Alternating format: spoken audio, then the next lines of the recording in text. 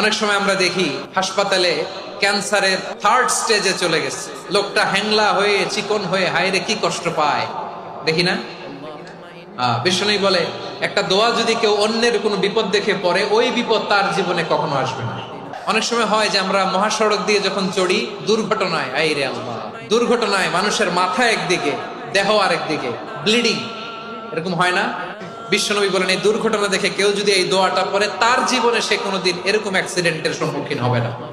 বিশ্বনবী বলেন অন্যের বিপদ দেখে কেউ যদি পড়ে, আলহামদুলিল্লাহিল্লাযী আফানি মিম্মা বাতালাকা বিহি ওয়া ফাদ্দালানি আলা কাসীরিন মিম্মান খালাকা তাফদীলা, মানে প্রশংসা সেই আল্লাহর যে আল্লাহ তাআলা তোমাকে যেই জিনিস দিয়ে পরীক্ষা করেছে, আমাকে ওইটা থেকে বাঁচিয়ে দিয়েছে।